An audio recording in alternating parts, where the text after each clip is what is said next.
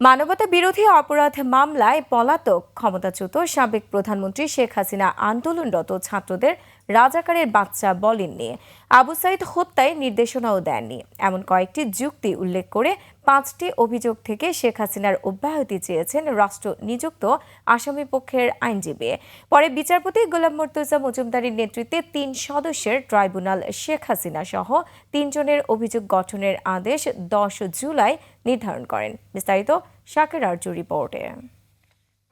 জীবন অবাক না করলে কে করবে? 28% মিল্ক ফ্যাটের অবাক করার সাথে ফ্রেশ মিল্ক পাউডার। জীবন অবাক করুক প্রতিদিন। জুলাই আগস্টের মানবতাবিরোধী অপরাধের মামলায় ক্ষমতাচ্যুত সাবেক প্রধানমন্ত্রী শেখ হাসিনা সহ 3 জনের বিরুদ্ধে 5টি অভিযোগ আমলে নিয়ে গত 1 জুন গ্রেফতারি পরোয়ানা জারি করেন ট্রাইব্যুনাল। পরে শেখ হাসিনার পক্ষে আইনজীবী নিয়োগ দেওয়া হয় রাষ্ট্রের পক্ষ থেকে। এরপর চিফ প্রসিকিউটর শেখ হাসিনা সহ 3 জনের বিরুদ্ধে সুনির্দিষ্ট 5টি অভিযোগের বর্ণনা তুলে ধরেন ট্রাইব্যুনালে। সোমবার আন্তর্জাতিক অপরাধ ট্রাইব্যুনাল 1-এ রাষ্ট্রনিযুক্ত শেখ হাসিনা ও আসাদুজ্জামান খান কামালের আইনজীবী প্রসিকিউশনের আনা 5টি অভিযোগ থেকে অব্যাহতি চেয়ে আবেদন করেন। অভিযোগ গঠনের শুনানিতে রাষ্ট্রনিযুক্ত আসামিপক্ষের এই আইনজীবী বলেন, শেখ হাসিনা আন্দোলনরত ছাত্রদের রাজাকারের বাচ্চা বলেছেন, এমন বক্তব্য বিকৃত করে অপব্যাখ্যা দেয়া হয়েছে। প্রধানমন্ত্রী রাজাকারের নাতিপুতি এইভাবে উনি বলতে চান না এবং বলেনও নাই।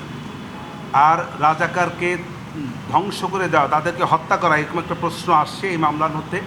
সেক্ষেত্রে আমি বলেছি যে উনি দীর্ঘ বছর শাসন আমলে ছিলেন। উনি যদি চাইতেন রাজাকারকে হত্যা করে ফেলবেন তাহলে ইতিপূর্বেই পারতেন। উনি ইতিপূর্বে যেহেতু রাজাকারদের হত্যা করেন নাই, আজকে আসে কেন বাচ্চা ছেলেদেরকে হত্যা করবেন? জুলাই আগস্ট ঘটনায়ও শেখ হাসিনা সুপ্রিম নির্দেশদাতা নন। রংপুরে বেগম রোকেয়া বিশ্ববিদ্যালয়ের ছাত্র আবু সাইদের যে হত্যার নির্দেশ দিয়েছেন, এরকম কোনো বক্তব্য, যে বক্তব্যগুলো এনেছে এগুলো সঠিক নয়। থানাগুলোতে পুলিশ হত্যা ও আগুন দেওয়া হয়েছে যার অভিযোগ নেই ট্রাইব্যুনালে উল্লেখ করে আসামিপক্ষের আইনজীবী বলেন, 2024 সালের হত্যাযজ্ঞের বিচারের জন্য এই আইন প্রযোজ্য নয়। যেমন এখানে কিছু অনেক পুলিশও হত্যা হয়েছে, এই কথাটাই শুধু বলেছি। আমি অঙ্ক বলি নাই।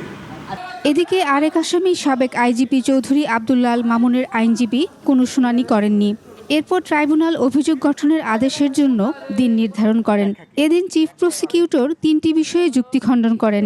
মামলায় ওনার বিরুদ্ধে আনিত অভিযোগ অসত্য, মানে মিথ্যা। এক্ষেত্রে বিজ্ঞ চিফ প্রসিকিউটর ট্রাইব্যুনালকে জানিয়েছেন যে এটি সত্য কি মিথ্যা এটি নিরূপণের সময় চার্জ হিয়ারিং নয়। চার্জ হিয়ারিং হলো কোনো আইনগত সুস্পষ্ট ত্রুটি আছে কিনা।